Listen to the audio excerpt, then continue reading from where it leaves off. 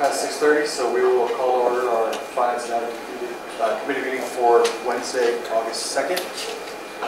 So good evening. The first item on our agenda tonight is a public hearing on the 2018 City of Mission and 2018 Rock Creek Drainage Districts number 1 and 2 budgets.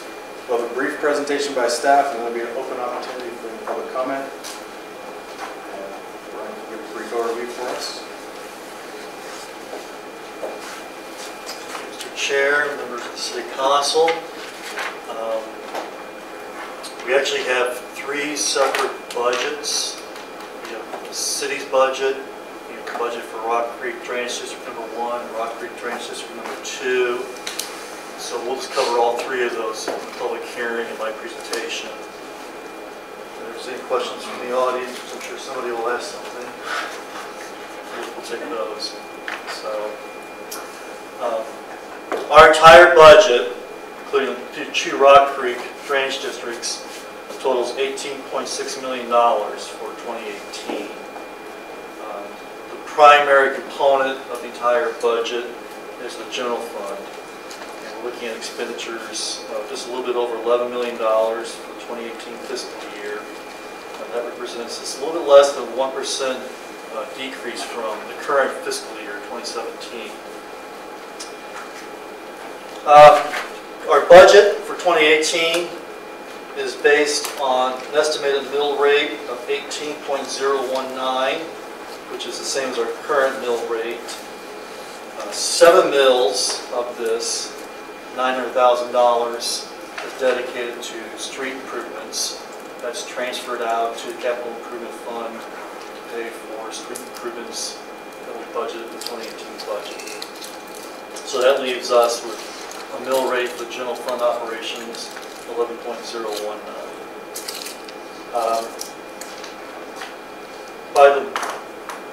The budget, general fund budget itself is made of the property taxes as well as sales tax and consumption tax,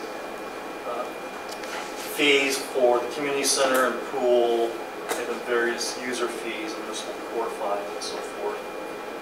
Probably the biggest identifier in the 2018 budget is the new quarter-cent sales tax for the courthouse, which we receive a portion of that from the county, and that runs about $193,000 for estimating in revenue from that quarter-cent sales tax. So that will be a little bit of an increase in our revenue for 2018. Now, just to kind of highlight something on some of the expenditures. Our personnel services is budgeted at $6.85 million. That represents 64% of the total general fund budget. The general fund is the only place where we have personnel services budgeted. All the other funds that we have in our budget do not have any personnel services. And Ms. Smith is going to speak in a moment to the compensation study. I will note that all the recommendations in that compensation study are built into the proposed 2018 budget. Have that covered. And there are no new positions recommended for 2018 budget, so we're staying with the current staffing that we have here at the city.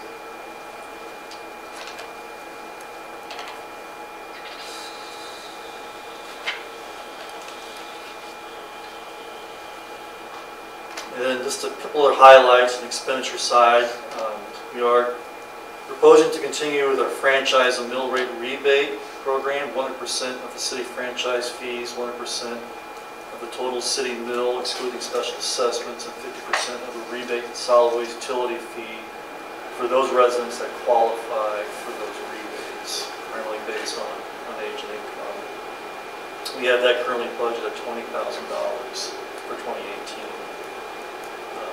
We are also proposing to maintain the Business Improvement Grant Program of $35,000 in the 2018 budget. And then we are increasing the park maintenance budget in the Public Works Department by $25,000 to reflect ongoing maintenance in our parks and recreation areas as outlined by the Parks and Recreation Master Plan. And then finally, we're continuing with our efforts to obtain 100% cost recovery for the communities in the 2018 budget. We have a number of other funds in the budget. These primarily cover capital improvement programs. We've kind of generalized these. For our capital improvement program, our CIP, we collect stormwater utility fees. At 7 mills, I mentioned the transfer from the general fund.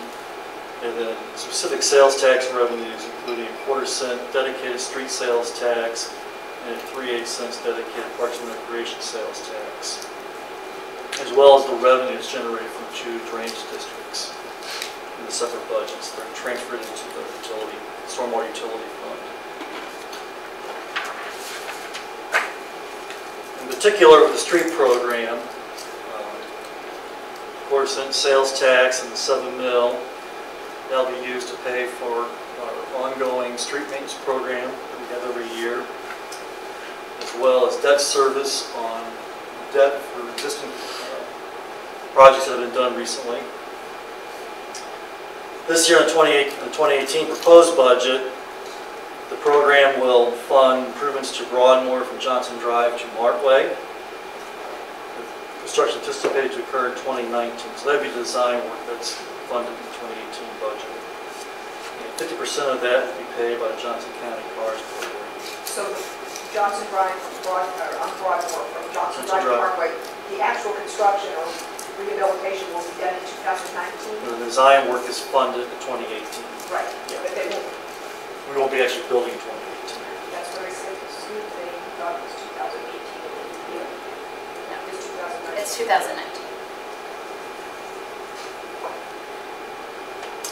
For stormwater, stormwater utility fee, we are anticipating $2.5 million in revenue for 2018. And again, the 2 drainage districts will generate approximately $88,000 that will be transferred into the stormwater utility fee. That will primarily pay for debt service on existing projects that were done a few years ago. We are proposing in 2018 design work in the Rock Creek Channel from Knoll to Roland Drive.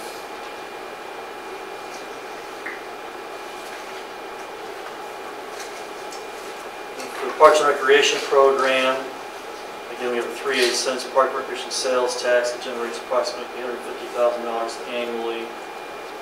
We also have 1/3 of the alcohol funds distributed by the state, which goes into Parks and Recreation programs. That's approximately $65,000 annually. Those funds will be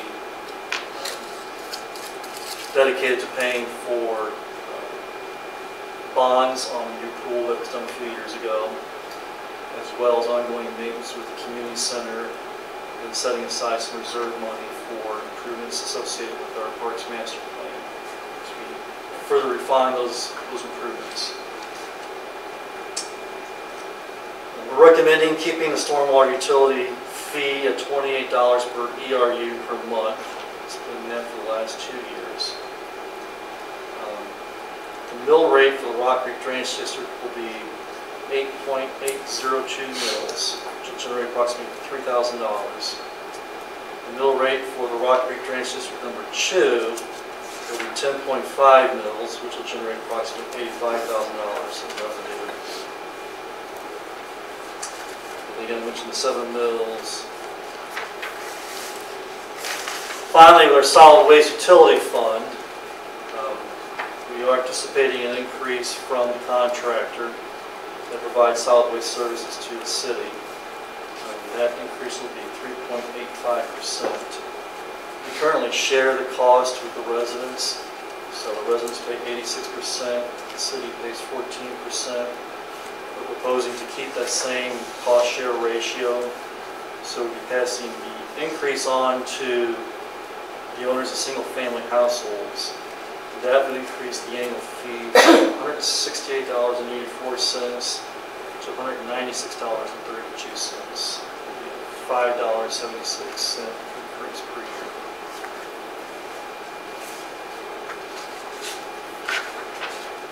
Brian, can you just a small breakdown between Rock District number 1 and 2? There's only a 2.1 differential between the mills, but the revenue is much higher on District 2. Yeah. Is it the size of the district? All right, so Rock Creek District 1 is essentially the gateway site.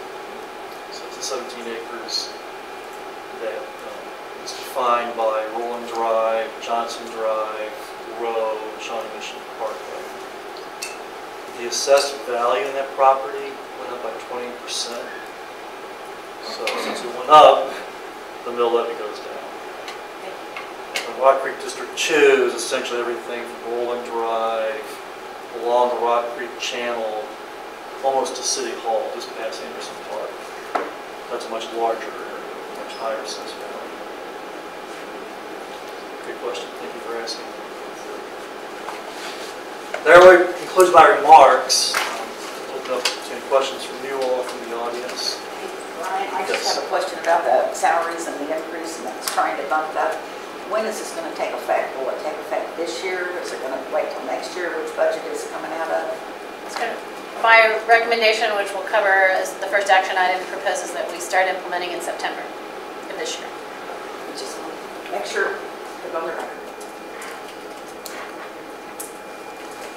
Any other comments from the council? This is a public hearing, so if anyone in the audience has any questions or comments, Bruce, why don't you come on? Actually, I have 10 points on this. Could you come to the podium, speak and state your name and address for the record? All right, well, seeing no further comment, we will close the public hearing on the 2018 City of Mission and 2018 Rock Creek District 1 and 2 budgets. So it's now officially closed.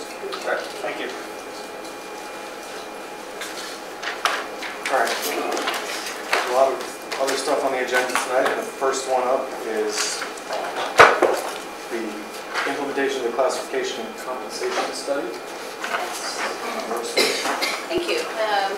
We presented in a recent work session to you kind of the preliminary results of the classification and compensation study that we worked through with the Austin Peters Group earlier this year, and looked for some direction and kind of how you wanted us to move forward in finalizing those recommendations. So in tonight's packet, you had kind of a cover memo from me outlining my recommended implementation steps, along with the entire final report from the Austin Peters Group. So as we touched on in the work session, when we looked at the data overall that was collected from the market as a part of the study, the city was lagging the market slightly, or we were at about the 40th percentile of the market, meaning that if you looked at 10 employers, 4 were paying, excuse me, less than we were, and 6 were paying more than we were. During that work session, I think Councilmember Appletalk asked, what does that look like if we take out some of the larger employers, the Johnson counties, the Wyandotte counties? So Austin Peters went back and did that. When we look at those that are more comparably sized to us, we are actually competing at about the 50th percentile. So that kind of gives you a perspective there. Meaning that we match the market in compensation and classification terms. So really that snapshot of where we are in the market it's just a look at where we are at this specific point in time, and it doesn't necessarily reflect overall compensation philosophy or an attitude towards employee compensation or benefits. We have to know where we are in order to know what adjustments we might want to make. So it outlined several steps, 5 steps really, to look at implementing the recommendations of the study. So I will go through those at a fairly high level. I'm happy to stop at any point along the way to answer any questions. The first step, we talked briefly about it at the work session, was the adoption of a compensation philosophy that helps guide our decision making and our communication going forward. So it provided you with some information about why it's important or how we can benefit from adopting a specific compensation philosophy, and then outlined a compensation philosophy. And I'm happy to, do you think it's helpful for me to read that? I mean, I don't think we have a lot of public here. Everybody else has read it, so I'll skip that. More if they can put it in the record. But it really is communicating that we're looking to implement pay programs and total reward strategies. So when you look at that total reward strategy, we want to think about wages and salaries, we want to think about benefits, and we want to think about working conditions. All of those things factor into that equation. And we have to be realistic in looking at our fiscal abilities, but also our business strategy and what the market and the competition looks like as well. So step 2 we talked about establishing and we looked at moving the pay grades by position. There's an Exhibit 1, it was Table 3 in Austin Peters' report, it's Exhibit 1 in your packet, which outlined all of the positions that were placed in a salary, within a salary, recommended salary structure for the organization. Of that, of the 35 positions that we placed within that salary structure, the study indicated that the grades for 24 of those should remain the same, 9 of those should increase, and 1 should decrease. And it's important to note, we've talked about this before, but there's no employee will lose salary as a result of implementation of the study's recommendations. If we look at then moving towards the 60th percentile of the market, all of our actual salary grades and ranges will increase. And so the first step in implementing the plan is to adopt those new salary grades and then move employees to the minimum of those new salary grades.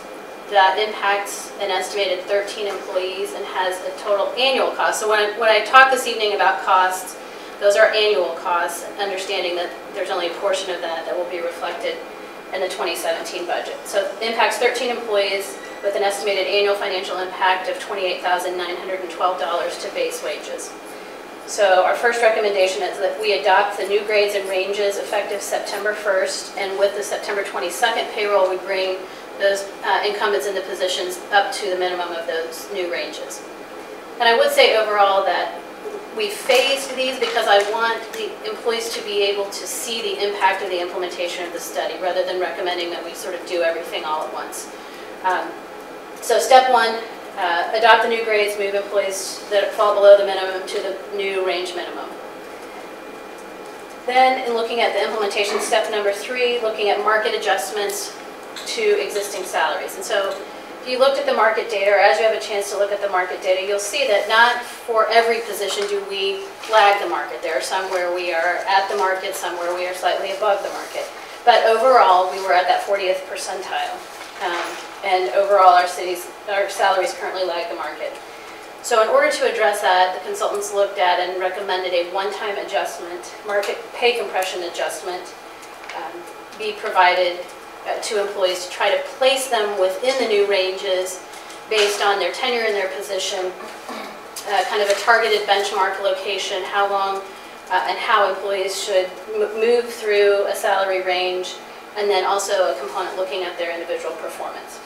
That is estimated to impact about 49 employees. Across the board, touches all departments, and has an estimated annual cost. So that's about 77% of our current workforce. So wide-ranging impact, annual cost of about $103,544 to base wages. So the second recommendation is that we implement those one-time pay compression adjustments with the October 6th payroll. And that helps to just really improve our competitiveness with the market. And I think as Becky Crowder mentioned the other night, that as you move towards that 60th percentile, you can really start to impact your retention. And that's something that we want to watch. Then we look at the implementation step 4. So right now, we do all full-time employee performance reviews through the end of October. And then employees' merit increases become effective with the second payroll in November. So implementation step 3 is to move ahead with that process on that same time schedule this year. And by doing that, if we approve steps 2 and steps 3, then employees' base salaries have been impacted before we calculate their new annual increases. And by doing this, this allows them to really take advantage and maximize, provides the greatest benefit to employees through that process. So instead of looking at their current base salary, giving them a merit increase, and then adding the market adjustments on top of that, we're recommending that we do all of that first, and then look at their merit increases based on performance. The 2017 had a budget merit pool of 3% already included. And that's sufficient to cover the anticipated increases for the balance of this fiscal year and into the 2018 budget. And as Brian mentioned, the 2018 budget, as recommended, we did then extend those salary impacts into the 2018 budget, and they are reflected in the amounts and expenditures shown there. So in addition to the estimated base wage impacts, we also looked at the other benefits, which are salary related, so your CAPERS, your KPNF, your FICA, your unemployment, and our supplemental retirement program, and looked at the impacts on that. Annual impact there is about $53,367. And again, that's been accounted for and factored into the recommended 2018 budget. So that's kind of the fourth step, is that we would just proceed with that performance review process and implement the approved merit increases on our traditional schedule. That would be the November 17th payroll. The last step in the process is really working with the Austin Peters Group to develop an appropriate strategy for long-term maintenance of the classification and compensation system. So we need to select an appropriate index and a market adjustment strategy that we can use going forward that aligns with our compensation philosophy, or allows us to have that conversation each year as a part of the annual budget process.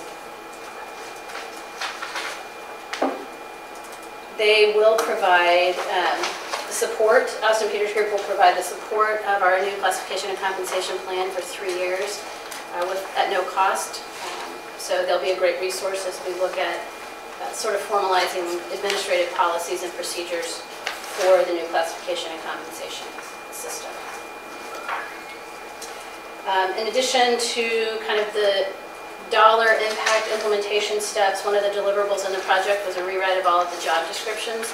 Those have not, we've not done the final review with the employees and their supervisors, so there may still be some tweaks to that, but we have the job descriptions, at least in their draft form, and those were included in the final report.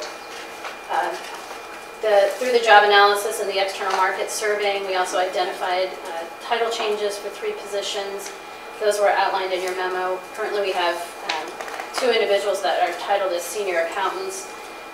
Those are suggested to be split into an accountant's position and an accounting manager's position, and then our planner's position with the addition of supervisory responsibilities of neighborhood services and the building permitting and inspection. That title is recommended to be changed to Planning and Development Services Coordinator.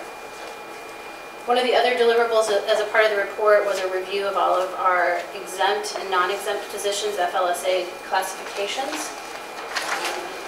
The Austin Peters Group analysis, which was Appendix 6 in your report, recommends that the status of one position, and that was one of the senior accountant positions, be reclassified as an hourly or non-exempt position. The others met the criteria, and we will update that change in the payroll system effective August.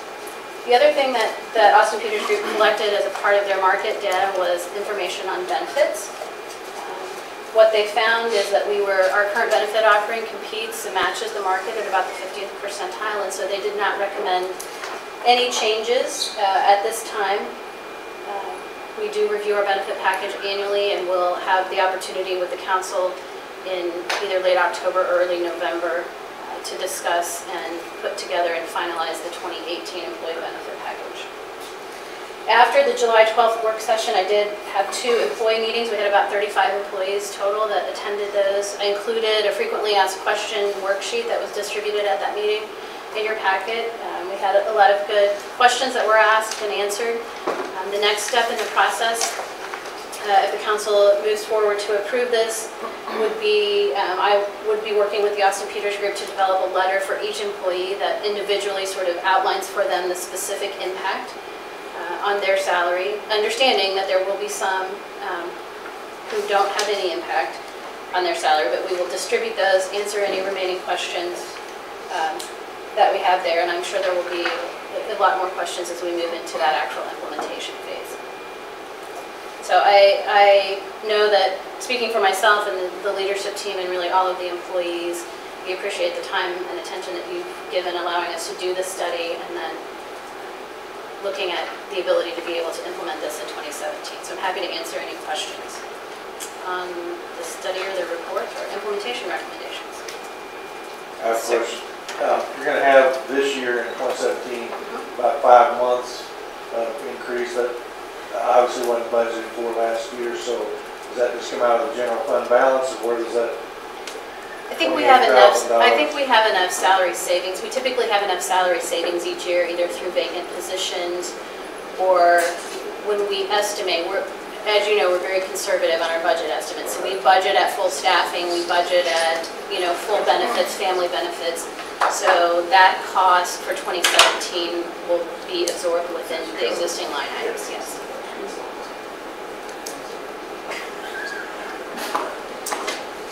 So if we're on the right track for this, what I would recommend is that you direct us to capture the implementation plan in a resolution, which we'll bring back to you next week, and then you'll consider at your August 16th City Council meeting.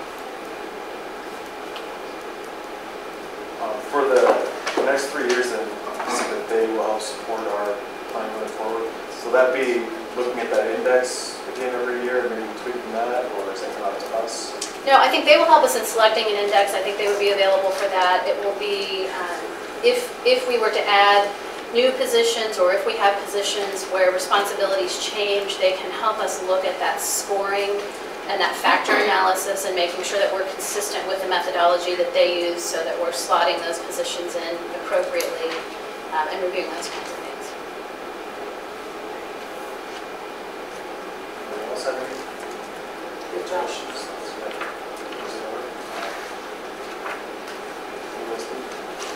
Okay. No.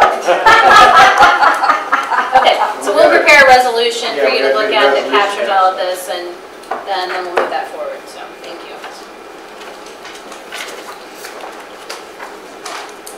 All right, so next up on the agenda, we have our 2018 budget resolution draft.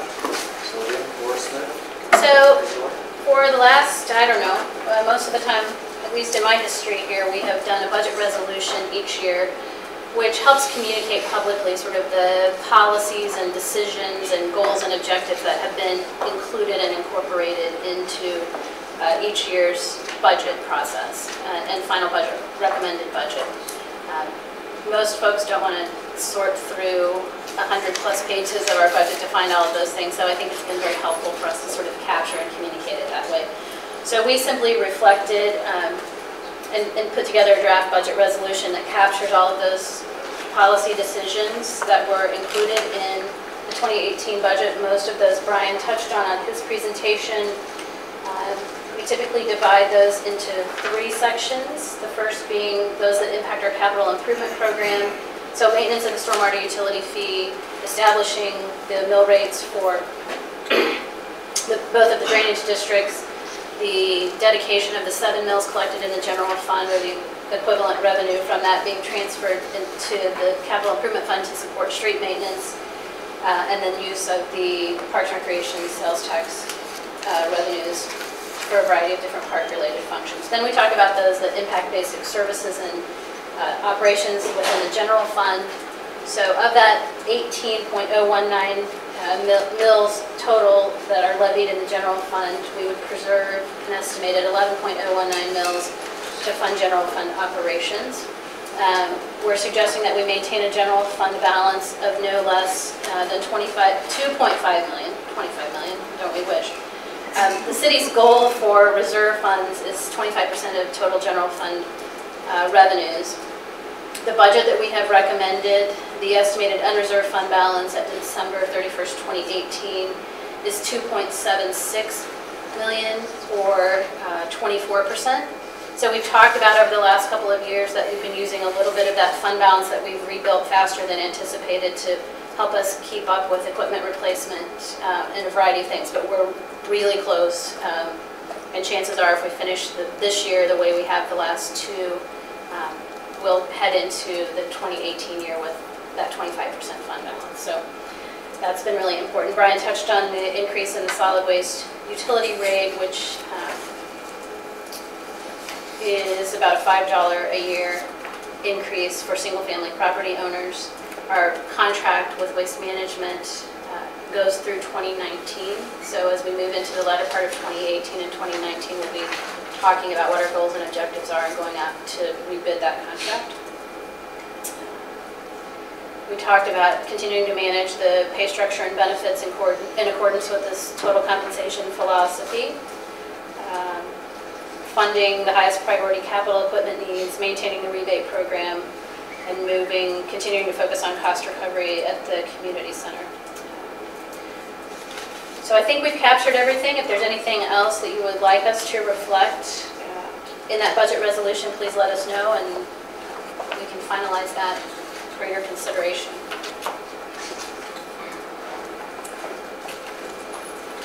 Did you just address 2 and 3 there? I did address 2 and 3 out to you. Fish. Well, a couple weeks ago, I asked if you could put together some kind of an inventory on departments. I also asked for something, paid bonds, current sales tax issues, where we got in sunsets.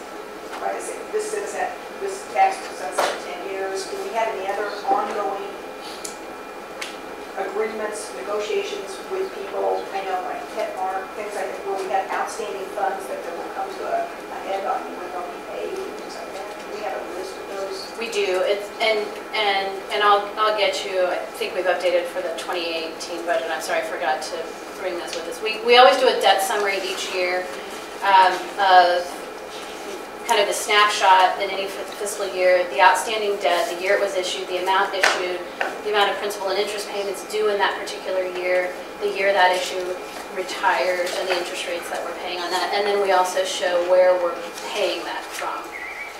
We also, I think, distributed something as it relates to the debt associated with the capital improvement program that went out through the existing life of all of the debt issues that we have, which extend through 2031. Stormwater is the one that extends the longest. The street sales tax, and I think that was included, I may have been buried too far. So the street sales tax will sunset March 31st of 2022. And the Parks and Recreation sales tax will sunset March 31st of 2023. So the street sales tax will sunset within the life of the 2018 to 2022 capital improvement program that we've recommended. So we haven't shown a full collection there. We've actually backed off and been conservative and just shown that first quarter of sales tax collection as it relates to that. So I think then we need to really initiate those conversations about the timing, how we would want to move forward with any potential renewals of those sales taxes. But I can get you those debt summary pages. We include those in the budget book every year as well. Anyone else have any questions? Comments? No?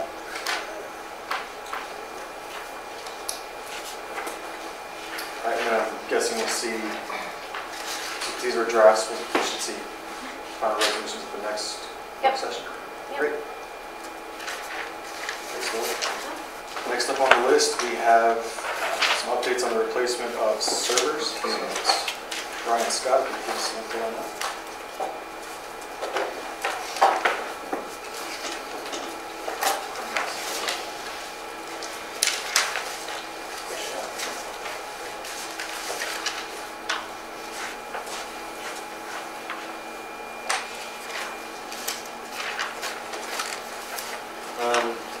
I can't remember what it was. We brought to you a request for the purchase of servers. I think it was back in the spring. Yeah, it was about $60,000. So we withdrew that request and went back and crunched our numbers a little bit. And we have before you tonight a new request for the replacement of 2 servers. There's a total of 4 servers between the police department and City Hall. We would like to replace 2 of the servers in the current fiscal year. And then we have 2 more scheduled for replacement in the 2018 fiscal year. So this will kind of bring us back up to date with all the warranties and time frame for the servers in general. So the 1 service for the police department, the 1 service for City Hall. The 1 server for the police department has a number of software on there, including software that allows the police officers to communicate out in the field back with the server to access data. And then the City Hall has data on there, software on there for Parks and Recreation Department, for what we call Laserfish, which is kind of our records management software online. People can access from our website, minutes, ordinances, things like that, all in a hard copy form, PDF. And then our financial software package is also on the City Hall software. So we've been working with folks from Johnson County DTI to refine the quotes. Instead of going to Hewlett-Packard, we went to a kind of a reseller of Hewlett-Packard equipment, which gave us a much more reasonable quote. That company's called SHI, and they quoted the police department server $14,520 and the City Hall server $10,532. And then we went to Dell and got even more reasonable rates at Dell with a very similar machine. And a lot of it was kind of driving the difference in the cost between the last time they came to you all and this time is the amount of memory that we had quoted last time. And we went back and talked with DTI again. We realized that last spring we were quoting 15 terabytes of memory, which is just a massive amount of memory. We're only using about 2 terabytes on the current servers. So these servers will have a little bit more terabyte to allow for some room of growth. So we can take our existing data, put that in a new server, and allow for some existing growth. But it's not 15 terabytes. We don't need that much.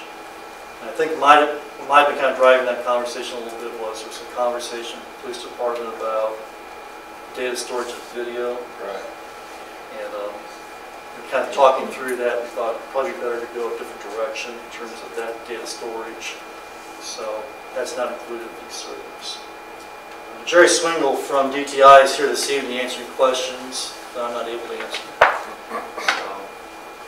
So with that, we'd be recommending the purchase of 2 servers from Dell for $13,630 and $9,642. The other 2 that you're going to get next year about the same? About the same price, yeah. I think this bid looks a lot better than the one we saw earlier this year, so I'm glad we went and reevaluated that one. So, Yeah.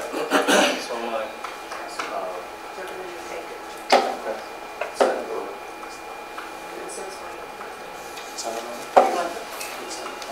Consent's fine, yeah. What did you say? Did you say not consent?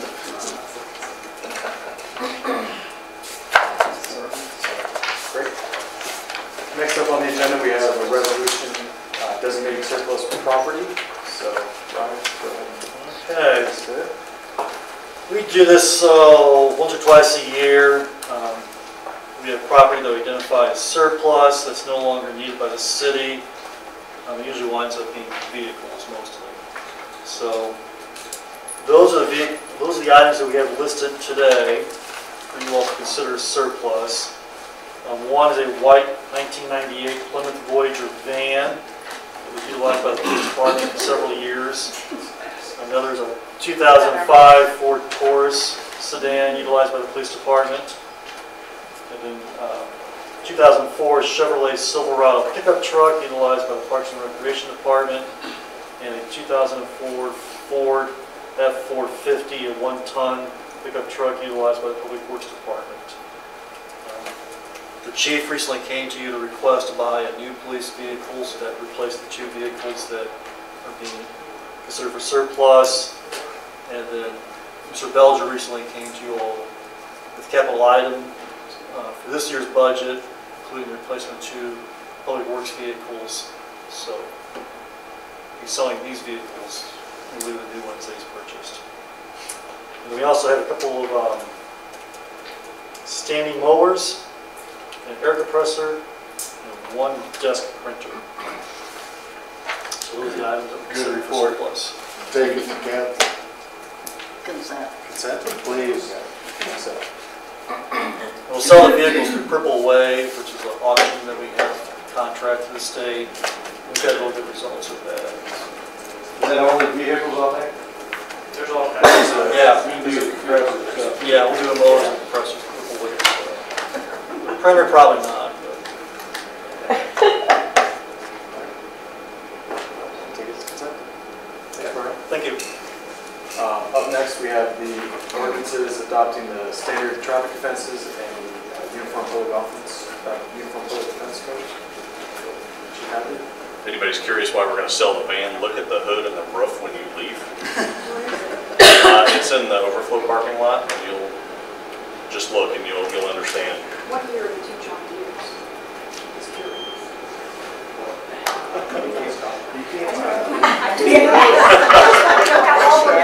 That's all. I don't know, we can find out. I don't know, John probably knows, but Is that the van that we acquired? No. No, it's a different one. It came with me in '97, and it's probably going to be classified as antique soon, so we need to hurry for some. So I come before you guys every year, and this is not what the new cars look like. The standard traffic ordinance book and the Uniform Public Offense Code book, we come every August or September to you, and these have all the new laws that the state has passed. And you guys probably saw, this also went through Dave Martin's office, and there's always a couple of changes, and similar to our speed limits are mandated by city ordinance. We have the right to change what we want, and it also deals with speed limits in the school zones. So, but we would ask that you guys adopt these as we have every year so that we can be compliant with the state. No problem. Any other questions? Let's adopt them. Take it to consent? Yeah, consent. Thanks. Thank you. All right, next up, we have the selection of voting delegates for the League of Kansas Municipalities and the National League of Cities upcoming meeting. So, If it's okay, so I can write. Sure. Every year, we select our voting delegates for both of those business meetings at those conferences. For the league conference, Councilmember Inman is planning on attending. I don't know if anyone else is interested. That's the only person that I have so far. And for National League of Cities, Councilmember Kring, Councilmember Rothrock, and Councilmember Schlossmacher will be attending. For LKM, we actually can select up to 3 voting delegates, but we have me, one myself, and attending. Okay, that works. And for NLC, we can select 1 voting delegate and 1 alternate. So Where is that speaker? this year, LKM is in Wichita, and NLC is in Charlotte. So, back to you. I think that LKM were probably good. But you can vote 3 times. Right, that's what I understand. I don't know if we can formalize it. So I think we'll keep Debbie on as our NLC representative. Okay. Put me on as the alternate. thank you. Kristen, you're going to be able to represent us well? Thank you. 3 votes, you get cast 3 votes. Nice. And again, there's still time to register if anyone else is interested in attending either of those. Just let me know and we can I think Mr. Garrett even want to go? get that taken care of. You can join us up here. Come on, Tom. We saved you a seat. We did. Save your table. Southern feel like your dress. I think that would be taken to consent. Yes.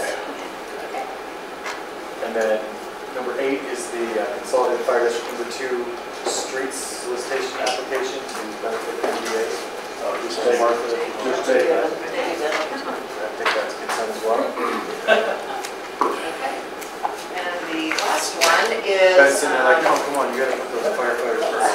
we have a resolution for 2 additional city-sponsored festival events that allows a local business to get a temporary permit and sell alcohol at those. And that's the Sunflower Festival at the end of August, and then Mission's Fall Party, Food Truck Party in October.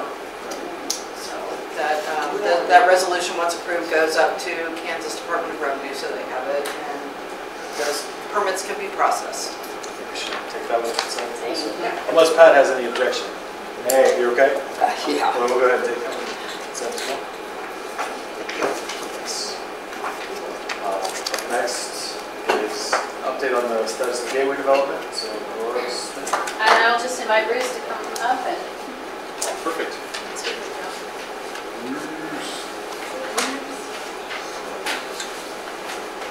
Send out an email to the developer, how about that? We're here. Check your emails. Did it say don't come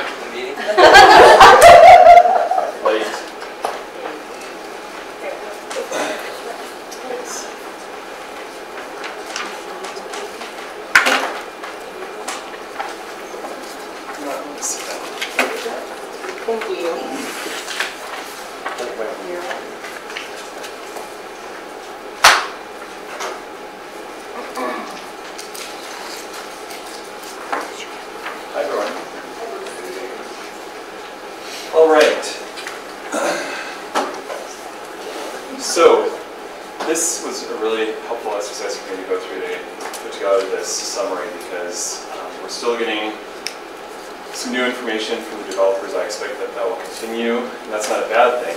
We want to have the most up-to-date and most accurate and precise information from them to work with.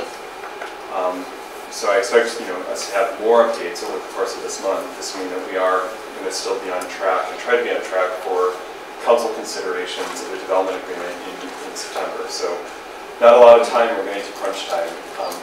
City staff and consultants are going to be meeting with the development team tomorrow morning and hope to pound through some of these logistical items and things that still need to be clarified and resolved so that we can really understand what needs to be negotiated and so we can come up with a mutually agreeable set of recommendations for your consideration. So what I tried to do here is summarize the project, summarize the developer's requests relating to the TIF and the CID and the IRBs, and then summarize some of the key questions that we'll be looking at and key things that we need to circle back with the developer on, but also policy points for your consideration. And this is not an exhaustive list. I'm sure there'll be much more that you'll think of and transmit to Laura or Brian or myself directly. But hopefully this is a helpful next step from the conversation we had back on, what was it, July 12th, I think? And actually before that, July 5th, so July 5th and 12th. And just keep leading us down the path to what you feel is a good discussion of a possible development agreement. So, you guys are all familiar with the Gateway project as it currently is comprised. Phase 1, or as I'm calling it, Part A, so I'm trying to really think about the Gateway project as an interrelated whole, and also find ways that we can encourage the developer through the development agreement to complete the entire project as quickly and efficiently as possible. So let's maybe call the residential and small format retail along Johnson and Rowland Part A or Element A, whatever you want to call it. As I understand it, the developer is currently expecting to start construction even this fall and to complete this first portion of the project in the spring of 2019. By current count, it's about 169 market rate apartments of different types. There's maybe 10 or 12 different unit configurations as far as I can tell. And then about 47,000 square feet of small format retail space. Again, in the buildings that are there on the corners of Johnson and Rowland. Current estimated development cost is about $68 million for this portion of the project.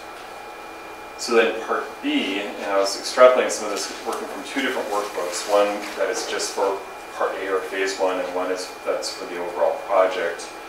Part B includes about 140,000 square feet of larger format retail space. This is what would go on what was formerly the designated Walmart site, right?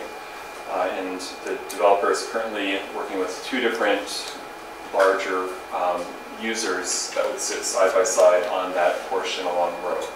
And I think you're familiar with that. They're also looking at a 200-room hotel, or really hotels, within one complex that would have restaurant and spa uses. And that, of course, would be along the Shawnee Mission Parkway portion of the site. And currently, they're estimating 75,000 square feet of office space, also along Shawnee Mission Parkway. And again, I need to confirm these broken out development costs, but if you take the total development budget of $205.6 million, minus the Part A development cost that was provided, you can see this Part B would be about $138 million of development cost. Is the parking structure, is that in Part B? Yeah, yes. That's part of the budget. So what's in this $206 million? There's a lot of pieces in there, and we have more work to do in unpacking this and really understanding what's there. But now that all of us are focused very intently on this, I think this is the right time to really dig into those elements.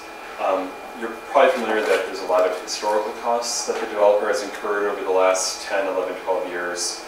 By their count, about $38 million of the $206 million is initial land acquisition and cleanup, demolition, that kind of stuff, as well as the legacy costs that they've incurred over the past 10 years for architecture and many other categories of costs. And we can certainly delve into those legacy costs.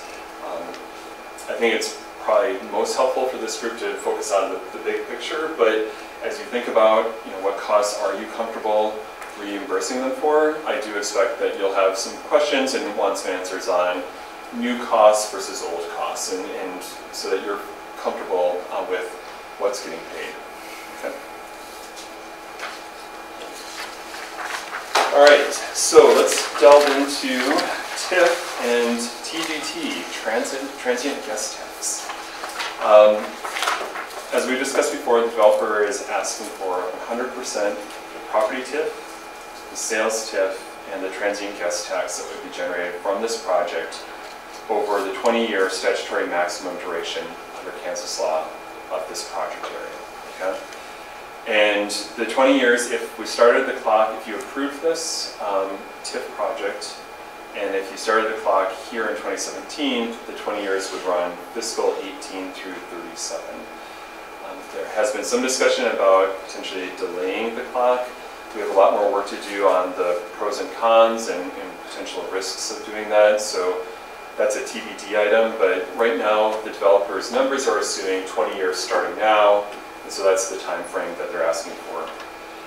In addition, as we discussed back last month, they're currently asking for pay-as-you-go reimbursement of TIF and CID on Part A, the residential and the retail under the residential.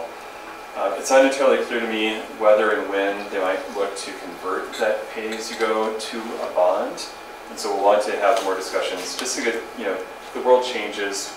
We anticipate that the developers' world and expectations may change even after an agreement is worked out. But we want to have the best sense of whether and when they would hope to change over this pay-as-you-go note to a bond financing and capitalize or get the value of that at an earlier point than just year by year. And then on Part B, the hotel, the office, the large format retail, the developer is asking for upfront bond financing for that. And I'll go into much more detail on that. So that's the current financing plan, pay-as-you-go, and then upfront for the two different big portions of the project. That said, the most comprehensive numbers that we have from the developer anticipate bond financing for the whole thing. Okay, so the entire development. And so these numbers are really drawn from their projections as to what they're asking for financing if it was 100% bond financing. So again, this is something that we need to address quickly and in a way that we're comfortable is consistent across all elements of the project. And that's going to be probably my biggest focus for the discussions tomorrow. And you will be recommending along the way the least vulnerable positions. Yeah, absolutely. That also meets your objectives, right? And there may be some give and take there. So if you assume 100% bond financing, and I'm really just using this not because I expect 100% bond financing, but to get you familiar with how these future revenue streams can be translated to money up front, because it's not something that the city and the council deals with every day. But let's just take this combined developer projection for A and B together. And the developer is currently estimating about $24 million of bond proceeds that would be paid back with the property TIF, the sales TIF, and the CID.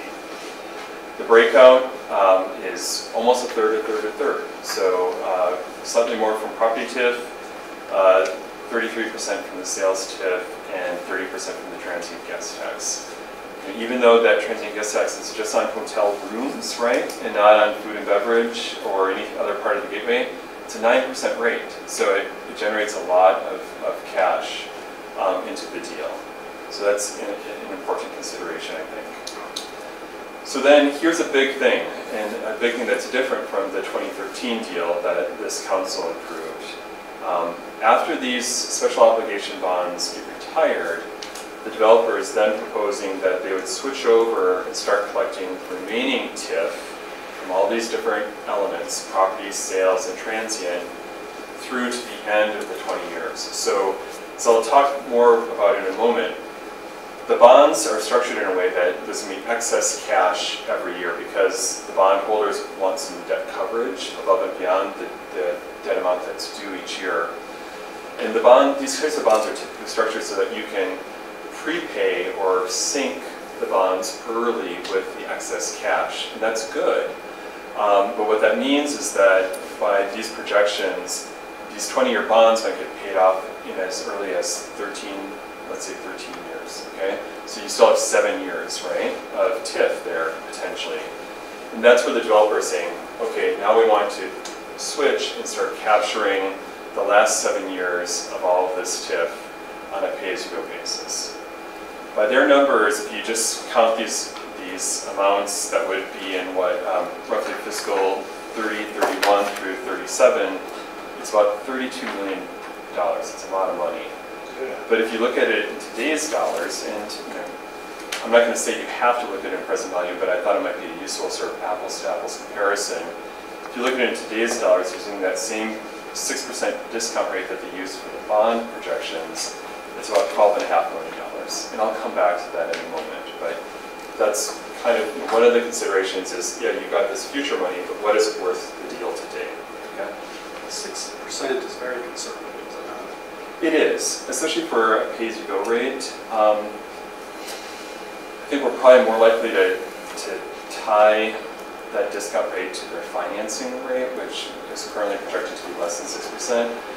For the bonds, 6% might be about right. That market is a little bit volatile. It's certainly not like the general obligation bond market where a 20-year bond you probably can finance at 2.5%, right? So 2.5 to 3%. So these numbers are high, and that means that the buying power of these revenue streams is less the higher the interest rate is, right? Because more of that money is going to pay interest on the note or on the bonds. But those are the numbers as they stand with the developer's estimate and proposal. Again, this isn't anything that your team is suggesting at this point. Any questions about that page? I know there's a lot. I constantly violate the rules about information on PowerPoint slides. They say you're not supposed to have more than 2 lines on a slide, and I put about 15 there. All right. So how did the developer estimate these bond proceeds of $24.2 million? And I really want to focus on this because this gets into the question of, do you want to take their proposal of all special obligation bonds for all elements of the bonding, or do you want to potentially look at something that would be more efficient? And there's lots of pros and cons there. SO bonds means no risk to the city. Something more efficient, like partially GO bonds. Even if you had something like a springing assessment, remember, some of you might remember that part of the deal from 2013, you can never fully extinguish the risk to the city with a GO bond, right? So there's balancing, but the GO bond, a lot less of the TIF goes to interest, going to the bondholders. But let's look at the breakdown. So by the developer's estimates, they're calculating $61 million of total TIF, and that's again property, sales, and transient guest tax TIF over the 20 years. If you discount that back, again using that 6% rate, which they applied to both the bonds as well as that pay-as-you-go that I just discussed, you get $35 million. And that's one level, but then again, the bondholders are going to want to size the bonds such that there's some cushion or coverage. And the developer is estimating a 125 debt coverage ratio. I think that's probably pretty appropriate for this type of bond. So that's $35 million gets shrunk down to $28 million, right? But there's extra money left in there each year to pay off the bonds early. So we need to keep an eye on that. And then finally, the developer estimates about 14% for bonding costs. We need to unpack that. That seems high at face value, but I'm not sure what all they're assuming there. That's about $4 million, and so you can see how you get down to a net of $24 million by that step-by-step shrink. But, $24 million is less than half of $67 million, right? So that's just where we all need to be cognizant of what kind of calculations are going on in trade-offs. All right. I'm going to lead you through a similar exercise on the CID. The developer is asking for 100% of a 1% add-on sales tax. I think under state law it's actually called a fee, but it operates like an additional sales tax. You recall back in 2013 there was going to be a half cent on Walmart and a 1% on everything else. Here we're now looking at 1% across the board, right? So it's the small shops underneath the residential, it's the hotel rooms, it's the meal you might buy at the hotel bar, it's the large retail or entertainment uses on the former Walmart site. It's everything that is a taxable sale would be at this 1% CID rate. And again, this is something that the developer is, quote, imposing on themselves and imposing on the people that would choose to shop or eat or have a drink at the gateway or sleep in a room. State law here says it's a 22-year statutory maximum, and so in here also the city, it's more clear that the city can actively delay the start date. So we're assuming here that 22 years would start in fiscal 19 when the first portion of the project is open, and the 22 years then would go through fiscal 2040. Again, that's TBD on precise timing. Here also the developer is assuming pay-as-you-go on Part A, but upfront bond funding on Part B, the large retail, the hotel, and not so much the office, since the office wouldn't have really much of any sales taxes, but really the hotel and the large retail. So again, though, the total cash flow model assumes 100% bond funding. And here, they're estimating $8.5 million of special obligations CID bond proceeds. Same methodology, same set of assumptions as with the TIF bonds. They're assuming, by their calculation, they would have about $12 million left over in tails. We've also used that term in the past. And if you discount that back to here in 2017, it's about $4.3 million at present value. Okay? So one thing we need to follow up on, and I just literally hit send on this, is to really just provide a consistent model that reflects their true proposal and best estimates as to exactly how they want the TIF, the transient guest tax, and the CID financing plan to work out, both with tools and timing. And again, I'm not mad about this, but in order to take the next step, we just need to make sure we're all on the same page with these estimates. So again, this slide is probably a throwaway, but I just wanted to show you how it's 25 million of CID revenues that is projected over the 22 years. It gets crunched down to 12.4 million of PV, about 10 million with 125 debt coverage. And then after bonding costs, which again seem high, but let's unpack those, you can see how we get to the 8.5 million of proceeds towards project costs. It's pretty exciting, right? Yeah. All right, the third element after TIF writ large, you might also remember that in 2013 we had separate solutions for property TIF versus sales TIF. Here, at least at this phase of the discussion, we're just taking TIF, right? It's all the TIF components together. The CID is all one part, and now the IRBs. So we haven't yet discussed a specific dollar amount of value that would come from the city granting this sales tax exemption on construction materials and furnishings, really. But we need to, because it's absolutely of significant value to the project. And by my really, really rough estimate, it's about $4.5 million. And that actually could be low. You take their $2.6 million development budget. There's a lot of items in there, again, that we need to unpack further. But and you look just at vertical construction as well as furniture, fixtures, and equipment. That's probably about at least $117,000 of the $206,000 is relating to actual construction as opposed to groundwork and soft costs, right?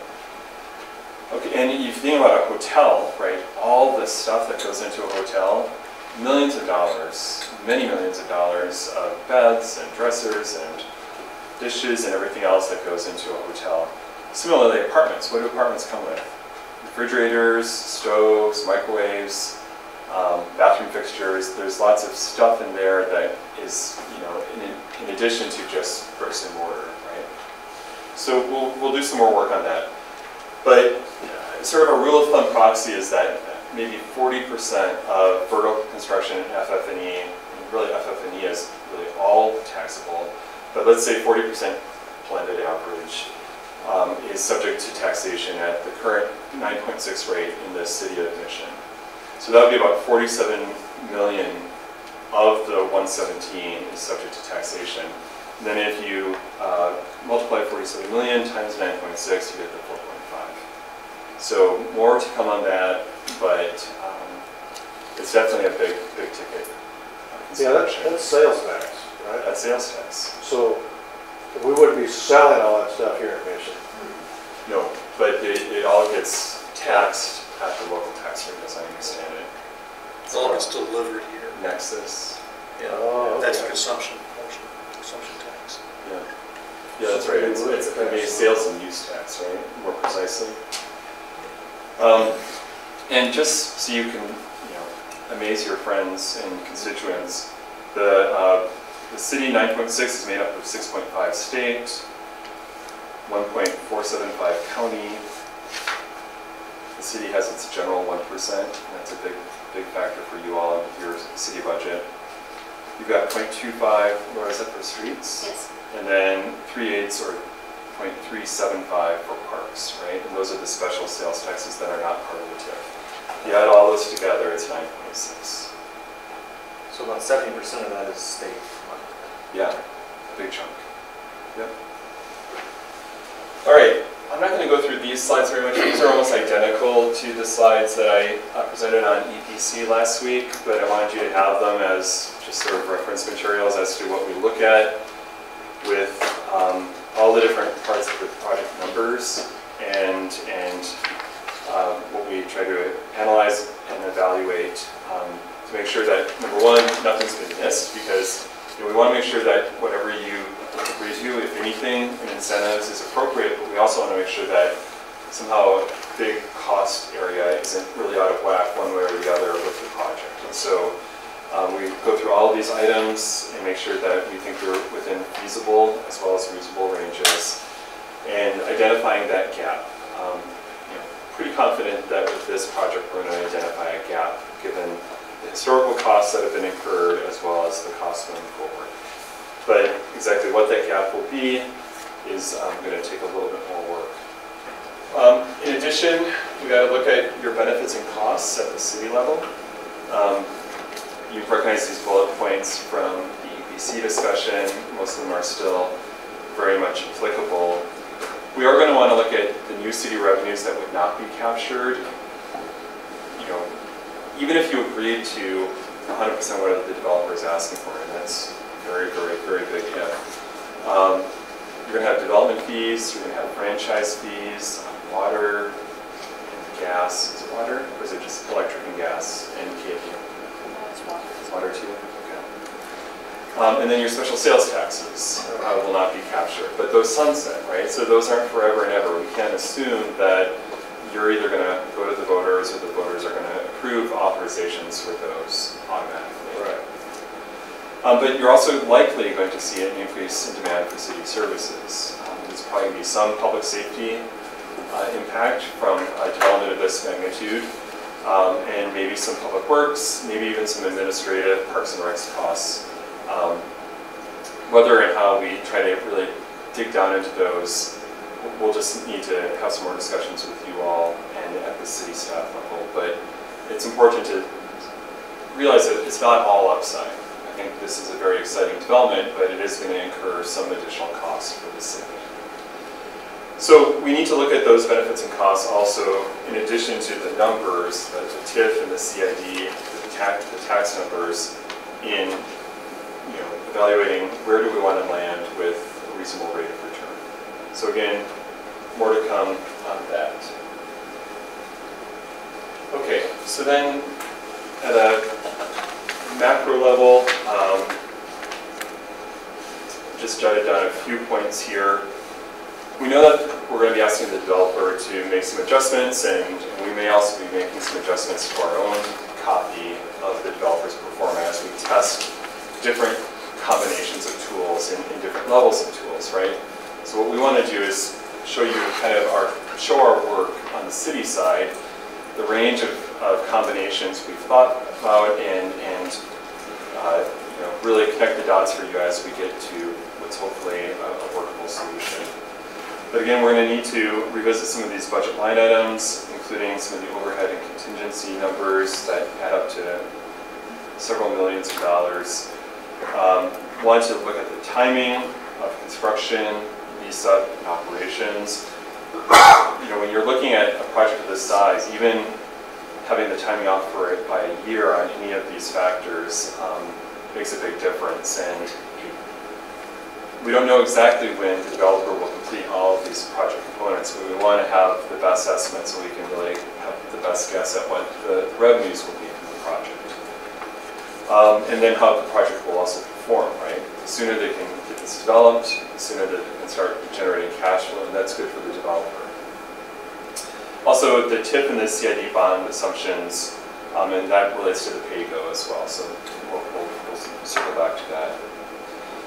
I also want to raise, we raised this back in July, that meeting I think on the 19th, but I want to raise it again and encourage you to give some thought to which revenue streams are most valuable to the city. You know, you just got through with your public hearing on your city budget, and you're all well familiar with the revenue sources that you rely on for the city budget.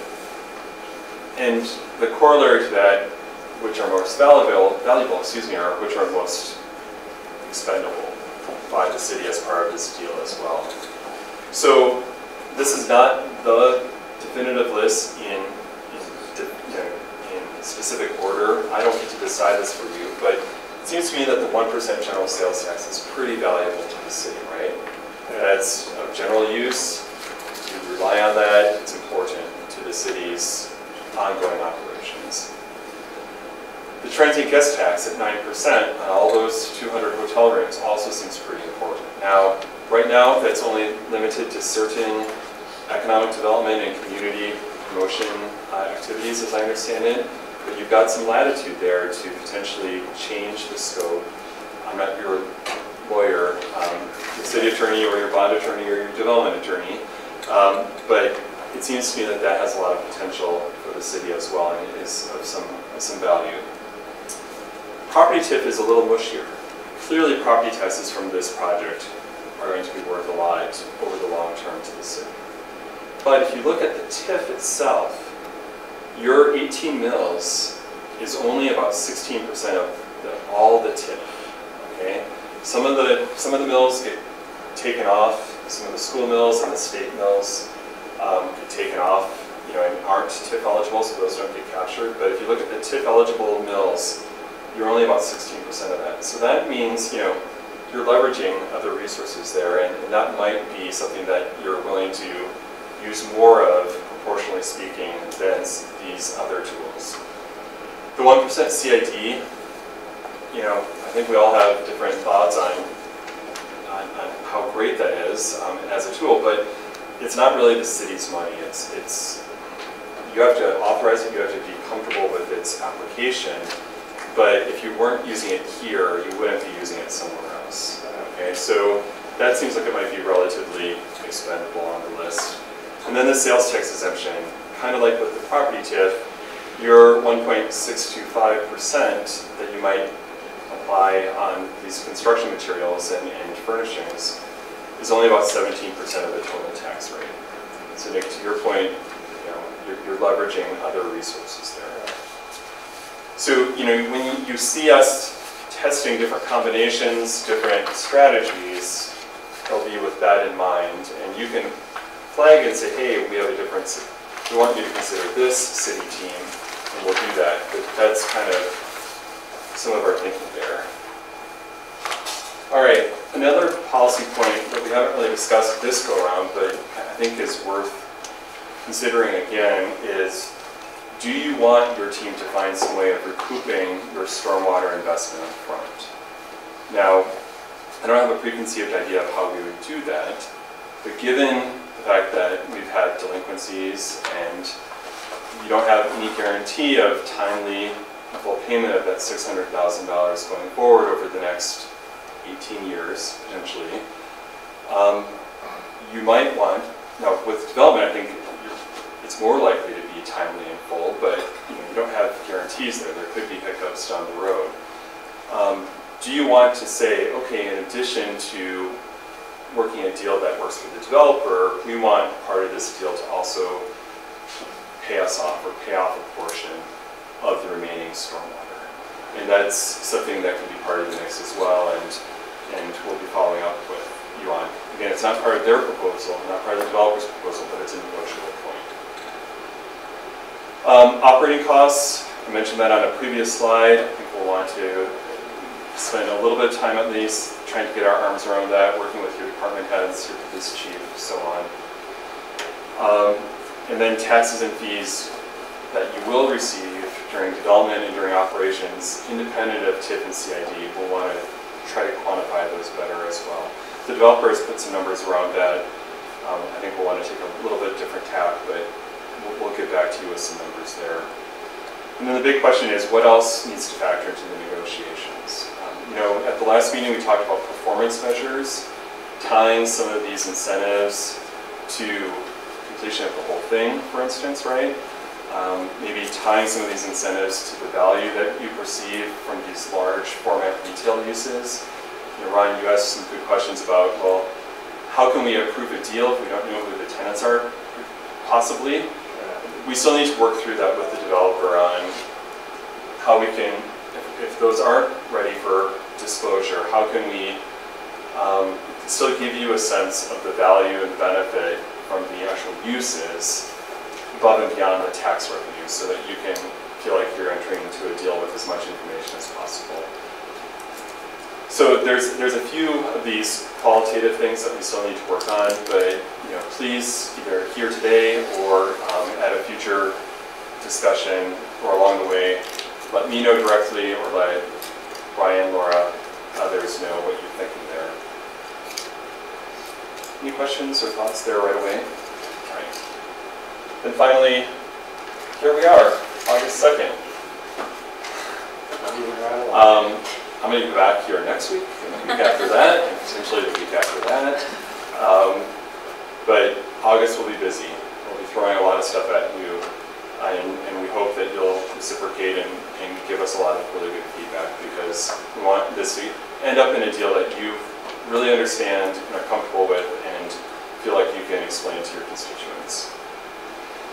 And then if, and it's a big if because we have a lot of lifting to do, but the developer's eager to get this done, and I think the city doesn't want to have ongoing brain damage for months and months either. But if we can get to September consideration, we would have hopefully a pretty well fleshed out development agreement for you on September 6th, and then that would lead to September 20th council for consideration of the development agreement and all the ordinances and resolutions and intents that would go with that.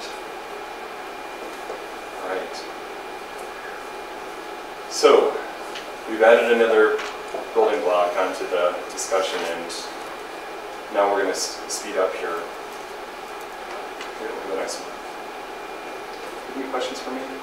So will you be putting together a spreadsheet that kind of defines the difference between general obligation bonds, special obligation bonds, what our risk level is on both, combining, using potentially two of them, what the risk factor would be at 100% request versus 75%? Is there any way to do that mathematically so we have something? There is. I think we need sometime relatively soon we need some feedback from you all on whether you want to see anything other than SO bonds. There is an attractiveness to all special obligation, but it comes with a cost. There's no right or wrong answer. If you tell us it's all SO or nothing, we don't want any GO, then we know that's what we're working with, right? So, you know, Debbie, I'm absolutely willing and I'm able to provide that kind of analysis so you can see some of those side-by-side comparisons and trade-offs, but only if you want to have that as part of the discussion. So, I think that's a good idea. It's just easier to look at a list rather than on a list. yeah, no. Oh, I'll give you spreadsheets now. Don't you worry about that. Also, it would be really helpful for me personally to get an understanding right now, besides the stormwater debt, where we are on property tax relative to economic impact on the city right now. So if we could get a listing of where we are in arrears on property taxes, stormwater debt, those kind of things, just so we come up to date. It's easier for me to look at the whole picture and not just piecemeal it. We've got potentially 2 other apartment complexes now on the wings, watching what we're doing and setting precedent on not only TIF, CID, etc., but this puts the city in 2.5 square miles in somewhat of a vulnerable position on what we do here. How are we going to apply any of those practices somewhere else? And to me, for comfort feeling, that's what I need. Well, I'm not sure that we set a precedent. I think each development agreement stands on its own. It has different elements, it has different risks, it's got different impacts. So I'm not sure that I would agree that what we decide on this project is what we have to do on the next project. Yeah, I agree with Rob. But you do have a lot coming down the pike on time, absolutely. It's not just for today, it's who comes in next and what the requests are. I just think we need the whole picture. Well, the requests are always going to be much more than what gets approved. I mean, that's just the name of the game. So the question is then, what is the risk of the project? I'm not sure that I'm comfortable with costs from 10, 12 years ago. That does not seem appropriate for this project. So there are a lot of things that I think are going to still change and be redefined. One last thing I wanted to mention. You take all of the bond proceeds and all of the present values of those TIF notes, and again, those present values are subject to change depending on what interest rates we use, but if you just add all those up, it's about 26% of the development budget. Okay? It's a big number. It's not wildly out of what I've seen in some cases before, but it's a really big number, and we're all cognizant on the city team that we have a lot of work to do to justify any proposed incentive package, much less something that approaches what the developer is asking for. And I understand the difference between the SOB and the GO. There's a cost difference, but I'm not sure I'm comfortable with GO on this project. And Ryan, I think one thing we would need to do is and Gary and Pete can be really helpful with this too, is just show you the ways in which we might mitigate the city's risk, just so you have a full picture. And if you still decide not to GO, great, but at least you'll know what we could add to the mix to minimize the possibility that you would ever need to levy taxes to pay that debt, which is ultimately what it's about with GOs. Is there any information out there on, I know every project's different, but similar sized mixed-use projects and the amount of incentives that, not just in Kansas City, Yeah, but maybe yeah. bigger? You know, more than amounts of incentives, there are appropriate, I think, benchmarks to use as we look at rates of return.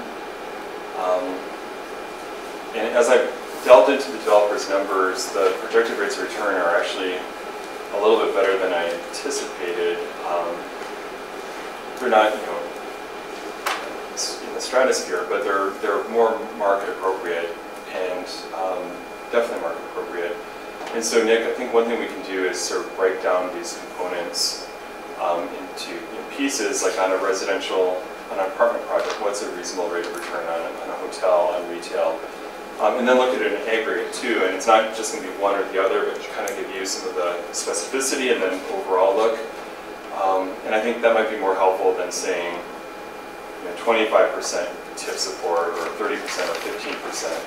It's really looking at, okay, how is the developer looking to make their investment back, but also make a profit from the different parts of this project. At which point in the schedule do we start talking about rates of return? At which meeting does that start coming to the forefront? Probably next week. Is this on the agenda for next week? I know we have been planning on talking about UPC next week, but We'll know tomorrow after. yes, we will, I guess. So next week or the 16th, for sure. And I realize that this is going to be a lot to digest, and so, while I think I felt okay, and hopefully you agree, it's been okay to walk this stuff in at this higher level.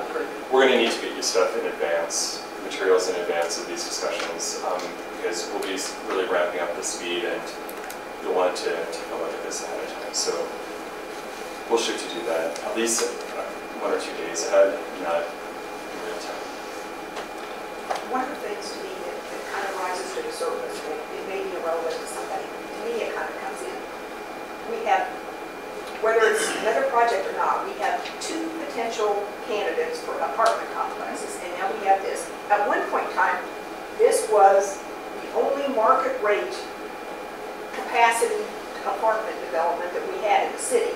Has someone done a new supply and demand of what is needed in this area for apartments? I mean, Not that I'm aware of. and I would say it's none of my business, I don't know the property, but if city money is involved in this, I need to know that. You don't want these projects, even one of these projects, to crater, and that's not good for anyone. Have you seen any new market analysis that contemplates all of this development? Yeah, let us do some more work on that and get back to you on what we think. It's a really good question. So you're right, it was a gateway, and UPC added, and now this third project in the Broadway is added. So.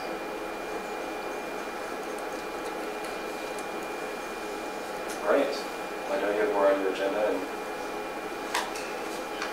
I'll let you go on to that. Thank you. Hey, thanks. This is the best. Hard healthy too. The rest of next week,